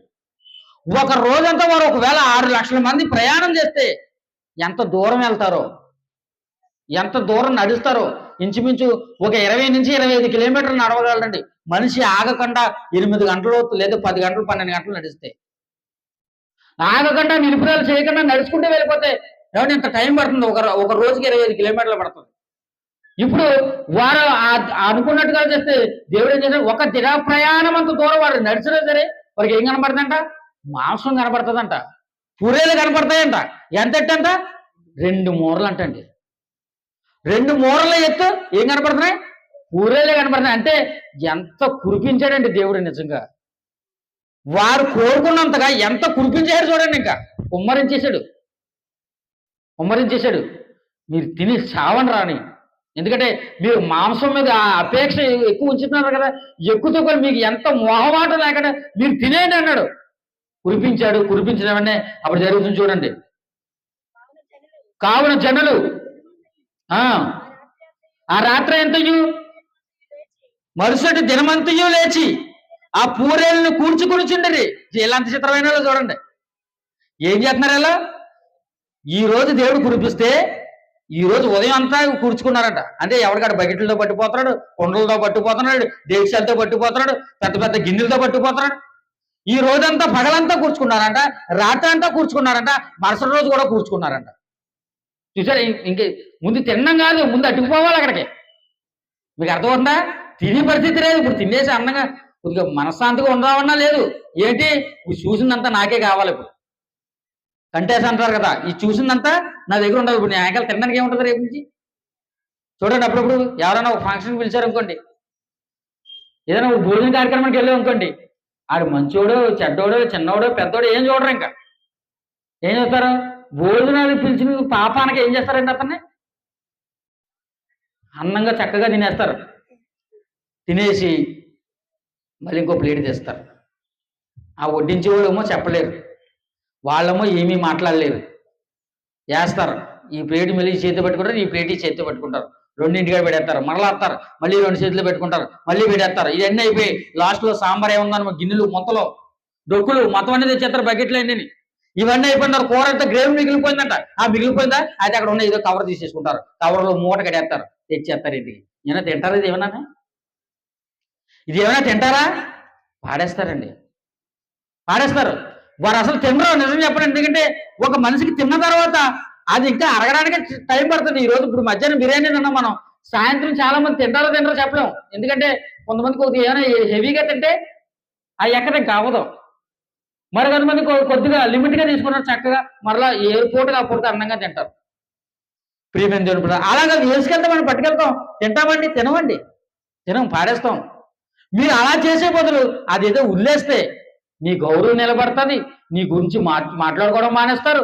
ఏమండి ఆ విడిచిపెట్టిన ఫుడ్ ఒకవేళ మిగిలిపోతే ఎవరికైనా పెట్టడానికి ఉంటుంది, ఆహారం లేని వారికి ఉంటుంది. అది మనం ఆలోచించాలి ఎప్పటికైనా. అది ఎప్పుడు మనం ఆలోచించాలండి. నిజంగా మీకు అవసరం ఉండి ఎవరైనా ఉన్నారా, తినాల్సిన వాళ్ళు ఉన్నారా, ఎవరైనా లేని వాళ్ళు ఉన్నారా, వాళ్ళు పెట్టండి, పట్టుకెళ్ళండి, మంచి పనులు చేయండి. అలాగా అబ్బే అలాంటివి చేయం. మనం ఏం కావాలి, ఇప్పుడు తినేయాలి, ఈ రోజు రాత్రికి తినేయాలి, రేపు పొద్దున కూడా తినేయాలి. ఈ 3 పూటలు తింటేనే కానీ మనకు ఎవరు గుర్తొస్తున్నారు మనకి? ఇస్రాయేల్ కూడా అలాగే చేశారు. ఏం చేశారు? ఈ రోజు పొద్దున కూర్చుకున్నారంట, రాత్రి కూర్చుకున్నారంట, మరుసటి రోజు ఉదయం కూడా కూర్చుకున్నారంట. ఏం జరిగింది అప్పుడు? తక్కువ కూర్చుకున్నవారు తర్వాత వారు తమ కొరకు పాలెము చుట్టూ వాటిని చూసారా? ఇలా అంత దుర్మార్గులండి బాబు. నిజంగా 3 రోజులు సరిపడిగా కూర్చుకున్నారంట, మిగిలిన ఏమైనా ఎక్కడికైనా వెళ్ళిపోతామని ఎక్కడ పరిచేశారు? పాలెము చుట్టూ పరిచేసుకున్నారంటే వాళ్ళు నివసించే ఒక ప్లేస్ అన్నమాట. ఆ ప్లేస్ లో ఉరుసుట్లో పరిచేసుకున్నారంట తెచ్చేసి. ఆ మాంసం ఇంకా వారి పండ్ల సొందరం ఉండగానే అది నమలక మునిపే యెహోవా కోపము ఏమంటానండి? యెహోవా కోపము ఇశ్రాయేలు మీద రగులుకొనెను, యెహోవా తెగులు చేత వారిని బహుగా బాధించెను. మాంసాపేక్ష గల వారిని జనులు అక్కడ పాటి పెట్టినందున ఆ స్థలము కిబ్రోతు హత్తావని పేరు పెట్టబడును. ఏమండి ఈ తిండిపోతుతనం వల్ల ఏం జరిగిందంటే ప్రాణాలు కోల్పోయారు మొత్తం అందరూ కూడా. ఎవరైతే ఎక్కువగా కూర్చేసుకుని 3 రోజులు 4 రోజులు కూర్చేసుకుని తినేద్దాం అనుకున్నారో ఇంకా నోట్లో పెట్టుకున్నారంట మొక్క, ఇంకా తినేద్దామని. ఇంకా నమలేదంట, ఇంకా వాళ్ళ పండ్ల సందులోనే ఉన్నారంట. అలా నవ్వుతున్నవాడు అలా పడిపోయాడు, అలా నవ్వుతున్నవాడు అలా పడిపోయాడు. ఎవరైతే మొక్క నోట్లో పెట్టుకుని తింటాడో అలా పడిపోతాడు మొత్తం. అలాగే ఇంచుమించి ఆ తెగులు చేత అనేక మంది చచ్చిపోయారంట. ప్రియమైన దేవుని పిల్లరా, తిండిపోతుతనం ఎంత దారుణాన్ని తీసుకొచ్చి చూసారా? దేవునికి దూరం అయిపోయారు, వారి జీవితాన్ని వారు కోల్పోయారు. వెళ్ళవలసిన కానాని దేశాన్ని ఏంటి పొందుకోలేకపోయారు వారు. దేనివల్ల? తిండిపోతుతనం వల్ల. తిండిపోతుతనం వల్ల. ప్రియమైన ఇటువంటి లక్షణాలు మనలో ఉండకూడదండి. దేవుడి విషయాలన్నీ మనకి ఎందుకు చెప్తున్నాడంటే వారిని చూసి మనం ఏం నేర్చుకోవాలంటే అలాంటి లక్షణాలు కలిగి మనం ఉండకూడదని. అలాగని దేవుడు తినొద్దన్నా తినమన్నాడు మనందరూ కూడా. ఇది ఈ ప్రకృతిలో ఈ సృష్టిలో ఉన్నవన్నీ మన కోసమే దేవుడు సృష్టించాడు. వీటిని తిని రుచి చూసి యెహోవాని పరలోకమందన్న దేవుణ్ణి మనందరం తెలుసుకుంటామని. అందుకే కదా దేవుని మీరు ఏం చేయాలి? రుచి చూసి తెలుసుకుంటున్నాడు. ఏదైనా మీరు పండ్లు తింటున్నప్పుడు, ఆహారం తింటున్నప్పుడు, దేవా ఇంత మంచి ఆహారం నాకు ఇచ్చావా, ఈ రుచి నాకు కలిగించాలని, ఈ రుచిని చూసి నేను ఆస్వాదించే విధంగా నన్ను బ్రతికించావా దేవా, నాకు ఈ యొక్క అవకాశం ఇచ్చావా దేవని దేవునికి ఎప్పుడైనా ప్రార్థన చేసి అడిగి వేడుకున్నావా? ఆయనకి ఎప్పుడైనా థ్యాంక్స్ చెప్పుకున్నావా? ఎప్పుడూ చెప్పం. శుభ్రంగా చేయగడిగేసుకుంటాం, తినేస్తాం. కనీసం ఒకవేళ కొంతమంది చాలా మంది చూస్తున్నా కొంతమంది చేసుకుంటారు, మరి కొంతమంది అసలు చేసుకోరు, మరి కొంతమంది మనసులో చేసుకుంటారు. కాబట్టి ఏ విధంగా చేసినా దేవునికి మాత్రం మీరు ట్యాంక్స్ చెప్పుకోండి.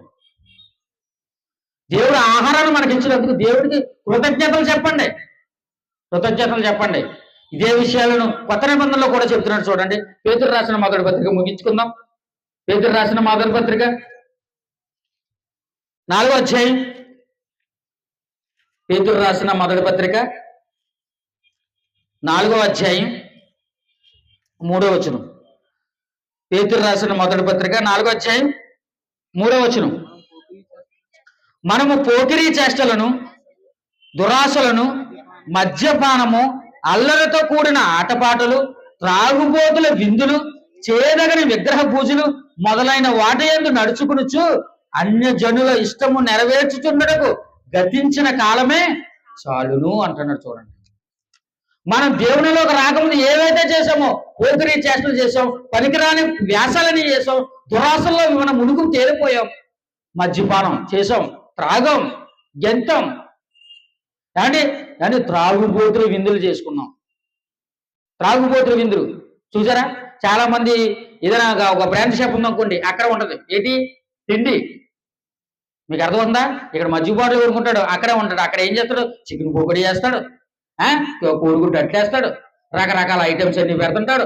ఈ లోపల మరీ ఇంకా బాగా లాగితే బిర్యానీ పెట్టేస్తుంటాడు. చూసారా? త్రాగుబోతులకి తిండిపోతులకి లింక్ ఉంది. ఎందుకు లింక్ ఉంది? అక్కడ తాగుతాడు, ఇక్కడ తింటాడు. మీకు అర్థమవుతుందా? అక్కడ తాగి తింటారు, ఇంటికి వచ్చిన ఇంటికాడ మాత్రం ఏం చేస్తారు? వాళ్ళేమో ఏదో పప్పు సారు ఏదో వండుతారు, అయ్యగారికి నచ్చదు. ఎందుకు? అక్కడ ఆల్రెడీ ఏం తిన్నాడు? రుచికరమైన మాంసాపేక్ష తిన్నాడు. అలాంటి వాడు ఎప్పుడు పోతాడో, ఎప్పుడు చచ్చిపోతాడో, ఎప్పుడు దేవుడు అతనికి పిలిపిస్తాడో ఎవరికి తెలదు. అందుకే ఏమొస్తుంది? అప్పుడప్పుడు హార్ట్ అటాక్ వస్తుంది అన్నమాట.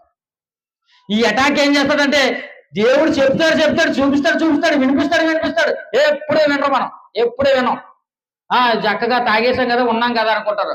చక్కగా ఉంటాడు, ఆ మందు తాగుతూనే ఉంటాడు. హార్ట్ అటాక్ వచ్చింది, చచ్చిపోయాడు. ఆ మందు తాగుతూనే ఉంటాడు, అక్కడ ఉన్న ఆహార వస్తువులన్నీ తినేస్తూ ఉంటాడు, ఇంటికి వస్తాడు, చచ్చిపోతాడు. చూసారా ఎంత ప్రమాదకరమైన పరిస్థితులకు వెళ్ళిపోతాం చూసారా?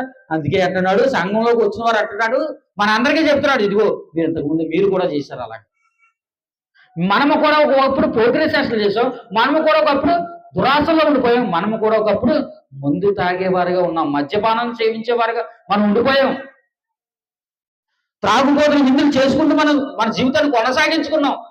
దానివల్ల మనకి ఏంటయ్యా ఒరిగిందంటే మన ఆరోగ్యం క్షీణించిపోయింది, మన కుటుంబం నాశనం అయిపోయింది, మన స్నేహితులు దూరం అయిపోయారు, మనం ముఖ్యంగా దేవునికే దూరం అయిపోయాం. ఇన్ని పరిస్థితుల మధ్య ఇన్ని చేసిన తర్వాత మరలా ఎక్కడో దేవుని కృప ఉండి మనకి ఈ మాటలు అర్థమయ్యి ఇందులోకి వచ్చాయి. ఇప్పుడు ఇందులోకి వచ్చిన తర్వాత కూడా ఎవరైనా తాగుతున్నాడంటే ఇంకా ఎవడో మహానుభావుడు అని ఇంకా దేవుడే కాపాడాలి. ఇందులోకి వచ్చిన తర్వాత కూడా ఏం చేయాలి? ఒకవేళ ఎవరైనా ఇంకా అటువంటి కార్యక్రమంలో ఒకవేళ ఉండిపోతే, అటువంటి క్రియలు ఎవరైనా ఉండిపోతే మానేసుకోండి, ఇక్కడి నుంచి తగ్గించుకోండి. ఇక్కడి నుంచి తిండితనంలో మీరు తగ్గించుకోండి. త్రాగడం ఒకవేళ త్రాగుపోతూ ఉంటే పూర్తిగా మానేయండి. వీటన్నిటిని మీరు చేయడం, ఎందుకంటే గతించిన కాలం చాలు. ఇంకా అదే చెప్తున్నాడు పేతురు. ఇవన్నీ చేస్తూ అన్యజనులు ఇష్టం చెప్పడం మీరు మునుపు నడుచుకున్నారు కాబట్టి ఇంక గతించింది, ఇంకా చాలు, ఇంకా చేయొద్దు, ఇంకా ముగిసిపోయింది అక్కడితో. దాన్ని విడిచిపెడితే నువ్వు బాగుపడతావు, నీ జీవితం బాగుంటుంది. ప్రియమైన దేవుని పిల్లరా, దేవుడు చెప్తున్న ఈ మంచి విషయాలు చూడండి. మనందరూ కూడా దేవుడున్న ఆ లోకానికి, పరలోకానికి చేరుకోవాలంటే ఒక యుద్ధ శివుడిగా ఉండాలి, ఒక మంచి సైనికుడి వల్ల మనం ఉండాలి. ఒక మనిషి, ఒక వ్యక్తి ఏదైనా ఒక గోల్ సాధించాలనుకోండి, ఏదైనా ఒక గోల్ని పెట్టుకుని సాధించాలని పెట్టుకున్నాడు అనుకోండి, ఏం చేస్తాడో మనకలా తిండవు.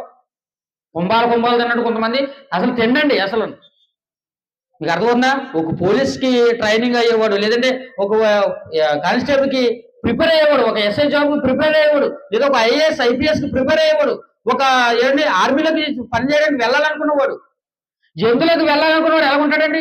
మనకలాగా బిర్యానీ అయితే వేసుకుంటాడు. ఎంత వేసుకుంటాడు? ఎంతే వేసుకుంటాడు. మనకలాగా మాంసం, ఇంత మాంసం తింటాడు, వాడు ఎంత తింటాడు? ఇంతే మాంసం తింటాడు. చక్కగా ఇంత రైస్ వేసుకుంటాడు, ఇంత పెరుగు వేసుకుంటాడు, ఇంత వేసుకుంటాడు. అన్ని చిన్నగా రెండు ముద్దలు తింటాడు, లిమిట్లో ముగించేస్తాడు. ఎందుకంటే ఇంత అన్నం తినడం కూడా ఇంత పొట్ట వస్తుంది. ఇప్పుడు 5K రన్ చేయాలి. ఇప్పుడు ఏం చేస్తాడు? పరిగెడతాడు, దెబ్బేలు మీదడిపోతాడు. అలాగా అయితే హార్ట్ అటాక్ వచ్చేస్తుంది, లేదంటే అంబులెన్స్ ఎక్కడికో హాస్పిటల్ తీసుకుపోతాడు. చూసారా? అంటే ఒక పందెంలో ఉన్నవాడు, ఒక గోల్ సాధించాలనుకున్నవాడు ఏమంటే ఏం చేయాలి? మితంగా తినాలి, అన్ని విషయాల్లో మితంగా ఉండాలి. అపోస్తలుడైన పౌలు మీ అందరికీ తెలుసు, అతను పరలోకాన్ని సాధించడానికి, క్రీస్తుని సమాజానికి ప్రకటించడానికి, దేవుని ఉన్నతంగా చూపించడానికి తన జీవితంలో ఎలా మార్చుకున్నాడో తెలుసా? మంచి మాట చూద్దాం. కొరింథీయులకు రాసిన మొదటి పత్రిక 9వ అధ్యాయం. కొరింథీయులకు రాసిన మొదటి పత్రిక 9వ అధ్యాయం. కొరింథీయులకు రాసిన మొదటి పత్రిక 9వ అధ్యాయం 24వ వచనం. కొరింథీయులకు రాసిన మొదటి పత్రిక 9వ అధ్యాయం 24వ వచనం. పందెపు రంగమందు పరిగెత్తువారు అందరూ పరిగెత్తుతురు గాని ఒక్కడే బహుమానం పొందునని మీకు తెలియదా? అటువలే మీరు బహుమానం పొందినట్లుగా పరిగెత్తుడి. మరియు పందెమందు పోరాడువారు ప్రతి వారు అన్ని విషయములందు మితముగా ఉండను, వారు క్షయమగు కిరీటం పొందుకుటకును, మనమైతే అక్షయమగు కిరీటమును పొందుటకును మితముగా ఉన్నాము. ఎంత చక్కగా చెప్పాడు చూడండి. ఎవరైతే పందెంలో ఉన్నాడో దాన్ని గెలుపొందాలనుకుంటున్నాడో, బహుమానం పొందుకోవాలనుకుంటున్నాడు, లోక సంబంధంగా ఎవరైనా చూసుకోండి, ఒక రన్నింగ్ లో ఫాస్ట్ గా పెరిగి ఆ బహుమానం నాకు పొందాలనుకున్నవాడు చక్కగా మంచి ఆహారం తిని, లిమిట్ గా తిని, మంచి వాకింగ్ చేస్తూ, మంచి ప్రాక్టీస్ చేస్తూ ఏమంటే ఆ యొక్క బహుమతిని పొందుకుంటాడండి. వారు దానికోసం కష్టపడతారు. మరి మనమైతే ఎందుకు కష్టపడాలి? మనం అక్షయమైన కిరీటం. మీకు అర్థమవుతుందా? ఇది క్షయమేను, వీళ్ళైతే క్షయమైపోయేది అది. ఆ కొప్పు ఇప్పుడు దాకా ఉంటుందా? ఉండదు. ఏదో రోజు మట్టిలో కలిసిపోతే నాశనం అయిపోతే ఏదో ఒకటి అయిపోతుంది మొత్తం మీద. కానీ మనం పొందుకోబోయే కిరీటం ఎలాంటిది? పరలోక సంబంధమైన కిరీటం. ఆ బహుమానం పొందుకోవడానికి మనం ఎలా ఉండాలి? దేవుని పనులు ఉంటున్నప్పుడు, దేవుని కార్యక్రమంలో ఉంటున్నప్పుడు మీ యొక్క ఆహారపు అలవాట్లు కూడా మీరు జాగ్రత్తగా చూసుకోవాలి. మీ యొక్క జీవితం కూడా మీరు జాగ్రత్తగా చూసుకోవాలి. ముఖ్యంగా సువార్త కార్యక్రమంలో ఎవరైతే ఉంటున్నారో మీ మీ ఆరోగ్యం మీరు జాగ్రత్తగా చూసుకోండి. మీ కుటుంబ ఆరోగ్యాన్ని మీరు జాగ్రత్తగా కాపాడండి. దేవుళ్ళు మరింత బాగుగా పనిచేయడానికి, ఒక సైనికుడి వలె ముందుకు సాగిపోవడానికి మీరు అన్ని విషయంలో మితంగా ఉండండి. ఆ మితంలో కూడా ఏముంది? ఆ అన్నిటిలో కూడా ఏముంది? ఆహారపు విషయంలో కూడా మీరు మితంగా ఉండండి. మితంగా ఉండండి. ప్రియమైన దేవుని పిల్లరా, అపోస్తలుడైన పౌలు ఎంత బాగా చెప్తున్నాడు చూడండి. దీనిని పాటించి అతను పొందుకున్నాడండి. పొందుకున్నాడు. నేను పొందుకుంటున్నప్పుడు ఏమండి, ఇతను పొందుకుంటూ తన కుమారుడైన తిమోతికి ఒక మాట చెప్తున్నాడండి. ఇదే మాటను తన కుమారుడైన తిమోతికి చెప్తున్నాడు చూడండి. తిమోతికి రాసిన మొదటి పత్రిక, క్షమించండి, రెండో పత్రిక, తిమోతికి రాసిన రెండవ పత్రిక, తిమోతికి రాసిన రెండవ పత్రిక 4వ అధ్యాయం 5వ వచనం. తిమోతికి రాసిన రెండవ పత్రిక 4వ అధ్యాయం 5వ వచనం. అయితే నీవు అన్ని విషయములలో మితముగా ఉండుము, శ్రమపడము, సువార్తకుని పనిచేయము, నీ పరిచయాన్ని సంపూర్ణముగా జరిగించుము. నేను ఇప్పుడే ప్రాణార్పముగా పోయబడుచున్నాను. నేను వెడలబోవు కాలము సమీపమై ఉన్నది. మంచి పోరాటం పోరాటతిని, నా పరుగు కడముట్టించిదిని, విశ్వాసము కాపాడుకుంటుని. అపోస్తలుడైన పౌలు ఏం చేస్తున్నాడట? ఇదిగో కుమారుడా తిమోతి, నేను వెళ్ళిపోతున్నాను. వెళ్ళిపోతున్నాను, ఎందుకంటే నా కోసం నీతి కిరీటం ఉంది. నా పరువు నేను కడ ముట్టించేస్తున్నాను. ఇంకా ఇదిగో నేను ఎలాగా దీన్ని సాధించానంటే, ఇదిగో నేను అన్ని విషయాల్లో మితంగా ఉన్నాను. అన్ని విషయంలో మితంగా ఉన్నాను. మాటలలో మితంగా ఉన్నాను. పనికిమాలిన విషయాలన్నింటిలో కూడా దూరంగా ఉన్నాను. తిండిపోతుతనంలో మితంగా ఉన్నాను. త్రాగడంలో మితంగా ఉన్నాను. అన్ని విషయాల్లోనే మితంగా ఉన్నాను. అలా మితంగా ఉండి ఏం చేశాను తెలుసా? నేను శ్రమ పడ్డాను, కష్టపడ్డాను. దేనికోసమే నువ్వు కష్టపడ్డామంటే సువార్తకుడిగా కష్టపడ్డాను. సువార్త ప్రకటించాను. అనేక మందికి ఈ మాటలు వివరించాను. వీటన్నిటిని జరిగించి ఇదిగో నా కొరకు నీతి కిరీటం దగ్గరికి వచ్చేసాను. ఇదిగో ఇప్పుడు నేనే ప్రాణార్పంగా పోయబడతానంటే ఇంకా అపోస్తలుడైన పౌలు చచ్చిపోబోతున్నాడు. ఇంకా లాస్ట్ మినిట్ మాటలన్నమాట ఇవి, చివరి మాటలు అన్నమాట.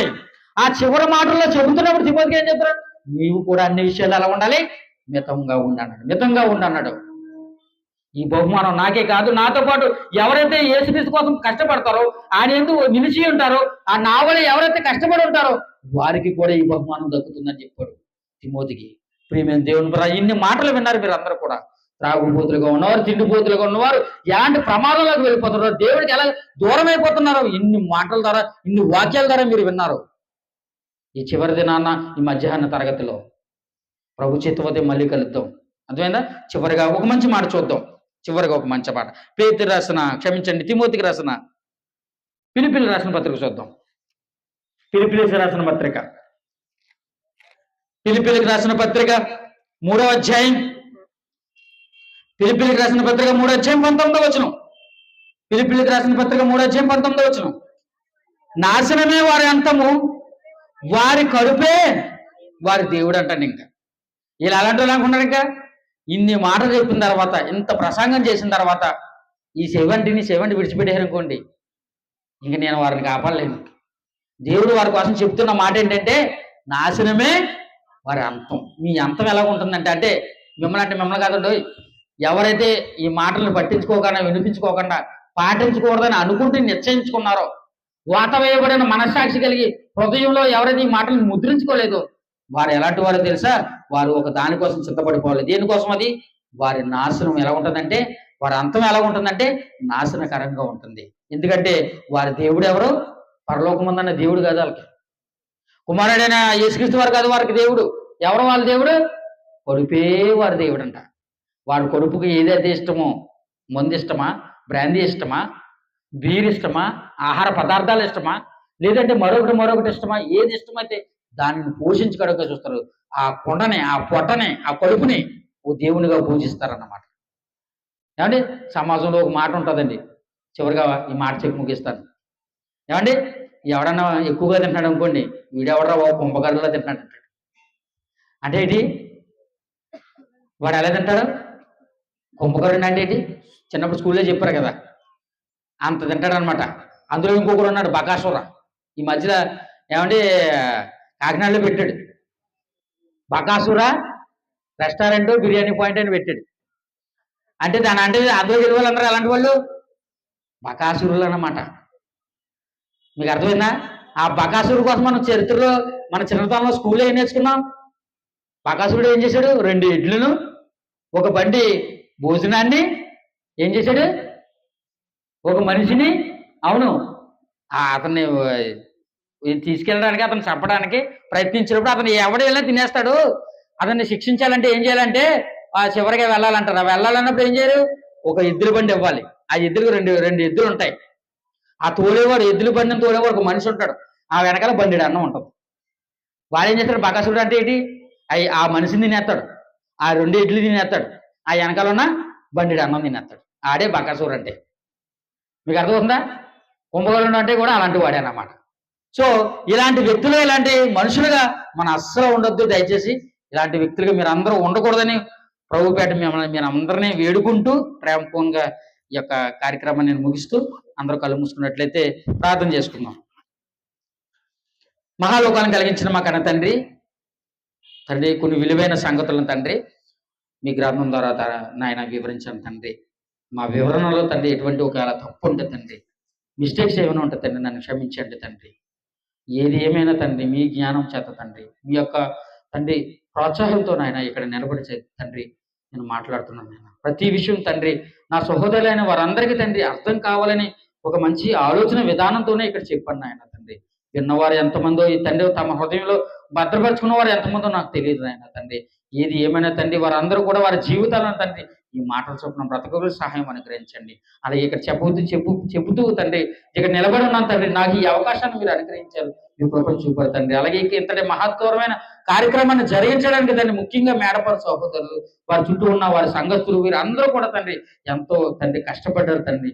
ఆ చిన్న చిన్న పిల్లలను, చిన్న చిన్న సహోదరులను వీరందరూ మీరు జ్ఞాపకం చేసుకోండి తండ్రి. సమాజంలో ఎన్నో భయంకరమైన కార్యక్రమాలు జరుగుతున్నా, ఎంతో పండగ వాతావరణం ఉన్న తండ్రి, వీటన్నిటిని విడిచిపెట్టిన ఆయన మీ మాటలు వినే ఆసక్తిని తండ్రి పెంచుకుని, మాటలు వినాలన్న ఆసక్తితో ఇంతమంది ఇక్కడికి వచ్చి తండ్రి కూడుకున్నారు తండ్రి. వారందరి హృదయాలు మీరు ఎరిగిన వారు నాయన. ఎవరికి ఏ ఇబ్బందులు ఉన్నాయో, కష్టాలు ఉన్నాయో, బాధలు ఉన్నాయో, ఎటువంటి పరిస్థితులు ఉన్నాయో వాటన్నిటినీ తండ్రి మీ చిత్తానుసారంగా ప్రతి ఒక్కరికి తండ్రి సహాయం తెచ్చమని, కృపను చూపమని, వారికి సహాయం అనుగ్రహించమని తండ్రి. మరలా మీ చిత్తం అయితే మేము అందరూ కలుసుకునేంత వరకు మీ కృప, మీ సమాధానం అందరికీ తోడుగా ఉంచమని ఈ ప్రార్థన మీ కుమారుడు మా రక్షకుడైన యేసుక్రీస్తు వారి నామమున అడిగి వేడుకొంచున్నాను పరమ తండ్రి. ఆమేన్. అందరికీ వందనములండి.